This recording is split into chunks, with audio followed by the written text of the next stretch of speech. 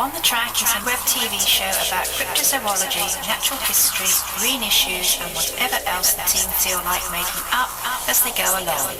Enjoy! Hello everybody and welcome to another show. My name is John Downs and this young lady here is Lilith Tinkerbell. It always seems to be the same at the moment, but we've got another technical problem. Look at this. After a gap of many years, the people who are in charge of such things have finally decided to resurface the road at Back Street in Woolsbury. This was filmed by Graham earlier this morning.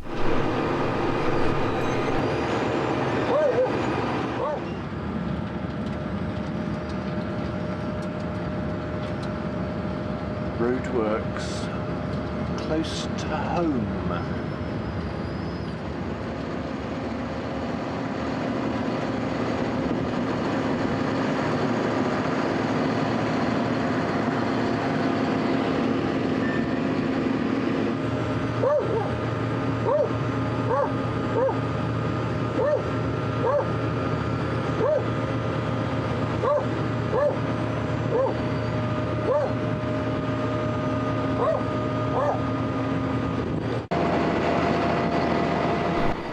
But what's this got to do with cryptozoology, I hear you ask?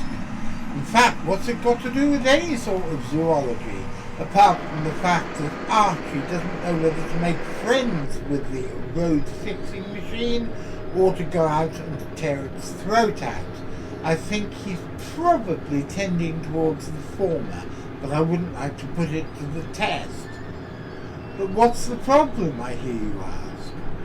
It's that this is taking place outside the window of my sitting room.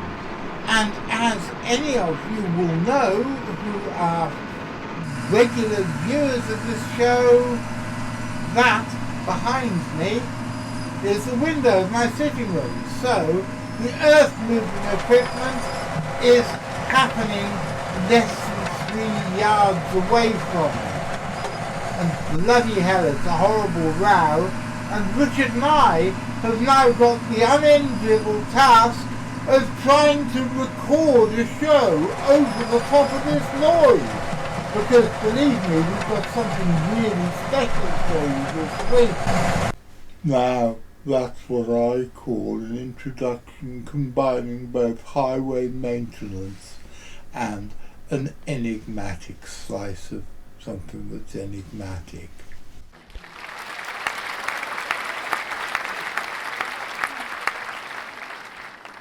I really like the old credits.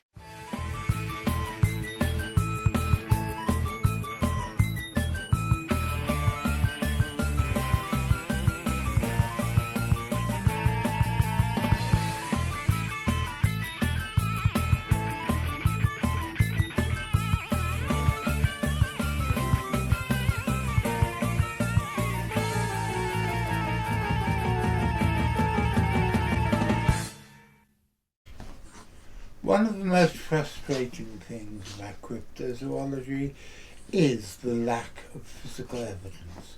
So when something comes along which at least purports to be physical evidence of a unknown animal, and in this case an iconic unknown animal, one has to take it seriously. So Richard, I believe that you have something rather interesting there for us. Yes, we have a sample that was sent to us by the German cryptozoologist Hans-Georg Vogel, and it is alleged to be part of the nail and some hairs from an almasty, a Russian wild man, known throughout the former USSR by a number of names: Chuchunya, Menk, almasty, depending on the region. Now, Hans himself brought this at a flea market together with a statuette and a mammoth tooth, all said to come from the same area. He brought it to the flea market, and the guy that sold it to him said that he got them back in 2002 from a Bulgarian chap who had brought them in the capital of the Altai region in Russia. And apparently they were part of a natural history collection that was collected in the mid-1940s from this particular region of Russia. And the actual original specimen that was alleged to be the nail of an Almasty was a very large nail, rather like a toenail rather than a fingernail, with hair attached to it, and it was a substantial size, and it was in a sort of glass hemisphere. And what Hans has done he's had this thing split up into a number of samples and sent them around to various laboratories to have them tested to see what they are. Now, looking at the original pictures of this nail, I personally think it's a sort of sideshow gaff. I think it's a hoax made by manipulation of an animal hoof. It's been carved out of the hoof of something like a horse or a donkey or something like that to look like an enormous toenail. That's what I think it is, but we can't be 100% sure. So we're sending this sample off to our old friend Lars Thomas, who's world recognised expert in animal hair, and he's going to take a look at it for us. I hope I'm completely wrong and it turns out to be from some sort of unknown primate. Originally it was labelled as the Great Siberian Ape, and there are no apes in Siberia, but there are an awful lot throughout Russia and the former USSR, an awful lot of sightings of wild men. And back in the 1950s, the Soviet Union took it so seriously that they set up a commission to study it. And this commission had, as I've mentioned before in other episodes, some very august members. So, who knows? My money would be on it being some sort of a hoax, but you never know. And we wouldn't be doing our job correctly if we didn't have these things looked at properly. And I want to stress very much that although Richard and I think that it is probably a hoax, we are not claiming that Hans-Georg Vogel has hoaxed it in any way. As far as we're concerned, he is a valued colleague and somebody who, like us, is just doing his job. Because we wouldn't be doing our jobs, he wouldn't be doing his job if we didn't check it out.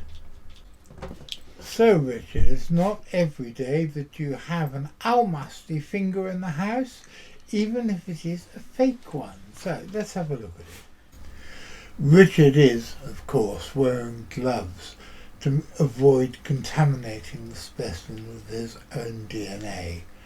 But because of all the possibilities of cross-contamination that there are in the house, we have cats, we have dogs, we have all sorts of things, and they could all do a unpleasant trick to the DNA, if there is any DNA, on this purported finger.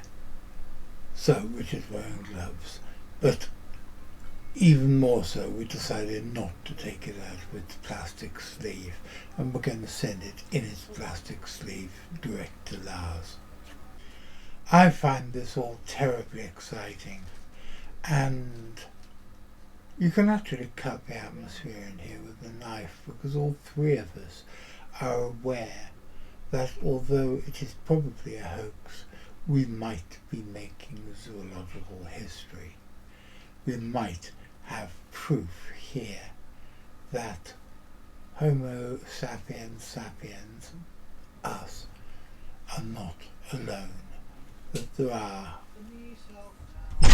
our closest relatives, our cousins, who are supposedly extinct and nothing of the sort. And I don't know about you, but I find this whole thing utterly fascinating. and the fact that there is what is potentially such a ridiculously important zoological specimen here in our house makes me feel incredibly humble. I am so grateful to Hans for sending it over to us, and I'm so grateful for all the other people in the chain of events which has led to this thing being here in my sitting room. I was actually quite surprised when I looked at it how big it was. I thought it was going to be something considerably smaller. But it is a fairly substantial chunk of hair and keratin. We just don't know whether the keratin is from an almasty's fingernail or toenail, or whether the keratin is from a horse's hoof. So we're just going to parcel this up now, and it's going to be sent off to Lars. So we'll hopefully be able to tell us exactly what this sample came from. My money is still on a sideshow gaff made from a carved animal hoof, but you never know. There we go. That's going up the post office post haste. But it was peeing down in almost biblical proportions. I believe now. Yeah, it looks really good. It'll be a shame if Southwest Water come along and dig a trench all up the middle of it one day. And although the signage is still up, Richard's departure up to the post office coincided happily with the end of the roadworks, so we no longer had to feel like we were living in the middle of an Anständig Naubaden album. But as you can see, the building work around the village shop is still taking place, and so Richard had to go through this rather creepy looking tunnel.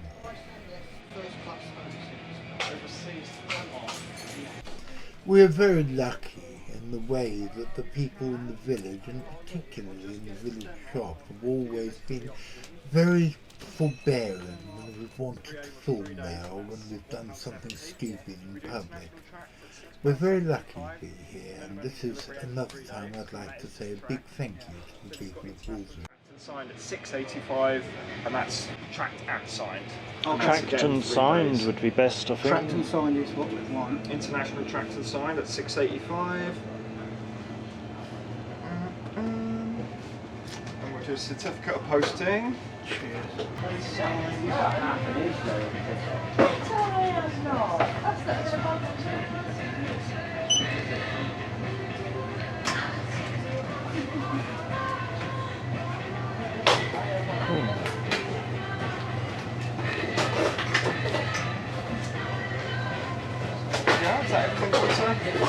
Alright, £6.85, please. Very nice.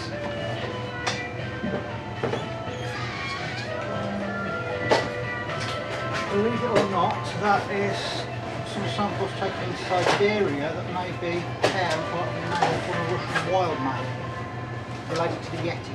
Whoa, okay, you gotta let me know how that turns out. And we most certainly shall do. Another thing that's always impressed me about the people of Wolseley is how they take an interest in what we do, far above that you'd have imagined most people in a small country village doing to a bunch of zoological weirdos who live on the edge of town. Some of these objects may be unnatural. Some of these objects may be blasphemous. Some of these objects may be perverse. Some of these objects may turn your stomach. It's show and tell. Okay, Richard, we have here a mysterious package that came all the way from France, Oh. which might sort of be a hint, because I don't think it came from mainland France. I think it came from one of the French overseas. They're not called territories because France. It's called France Outre-mer, France over the seas, and they all have equal rights as if they were in mainland France, unlike the British dependent territories, which are frankly a little bit of a shambles. Okay, have a look at that and tell me. Arthur Withier. Yes, tell me about it, the parcel, the inside of the parcel, I mean the content.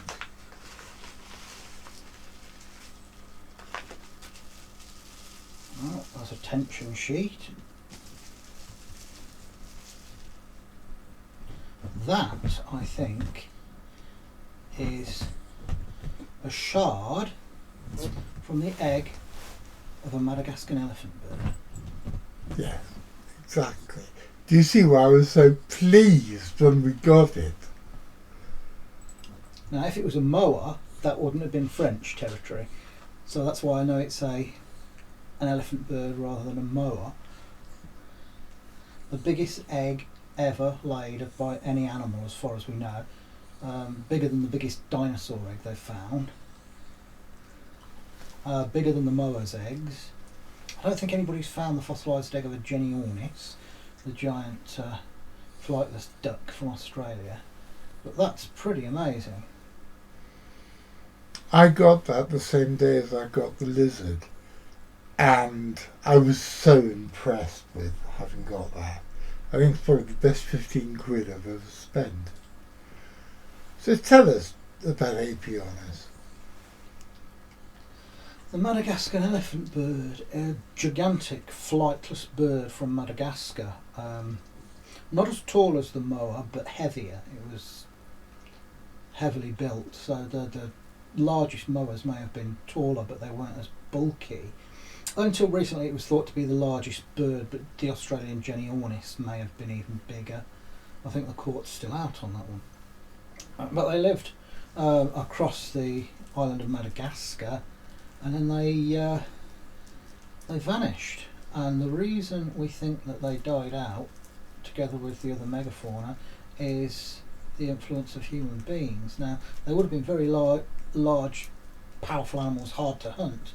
An ostrich can kill you by kicking you, so an elephant bird would have been even more dangerous. But what they think happened is that people cooked their eggs. People lit fires and cooked the eggs because the eggs were so massive they could feed a family. And they were forced into extinction by the destruction of the eggs. I didn't know that. Mm.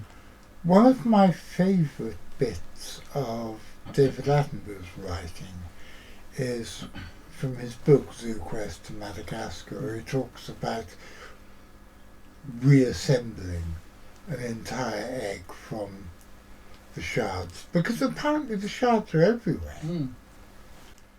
Which is why I can pick one up on eBay for 15 quid. You really wouldn't have thought that you could pick up the egg of a iconic extinct species from eBay, but If you want to support us and help us make more content like these, please press like, subscribe, follow our Facebook page and check out our Patreon. And as the ghost of Joe Strummer, who is a regular visit to the studio, wants me to remind you, always remember to ring the notification bell. Otherwise, you won't be told when we've got a new show available. And that would be an awful pity, wouldn't it? And so, ladies and gentlemen, here we are at the end of another show, and Lilith and I sincerely hope that you found it edifying, educational, or at least entertaining. Hey, all three of those words begin with E. that's a temptation for me to do another long drawn out alliteration, which would probably bore everybody except for me and Carl Schuker, because Carl Schuker finds alliteration as amusing as I do. But, as I said, at the end of another show, and I'd like to say a big, big thank you, first of all, to Hans-Jörg Vogel for sending us the sample, whatever it turns out to be. Then I'd like to say a big thank you to Lars Thomas for agreeing to look at the sample for us. I'd also like to thank the people in Woolsbury Post Office and General Stores for all their kindness and help.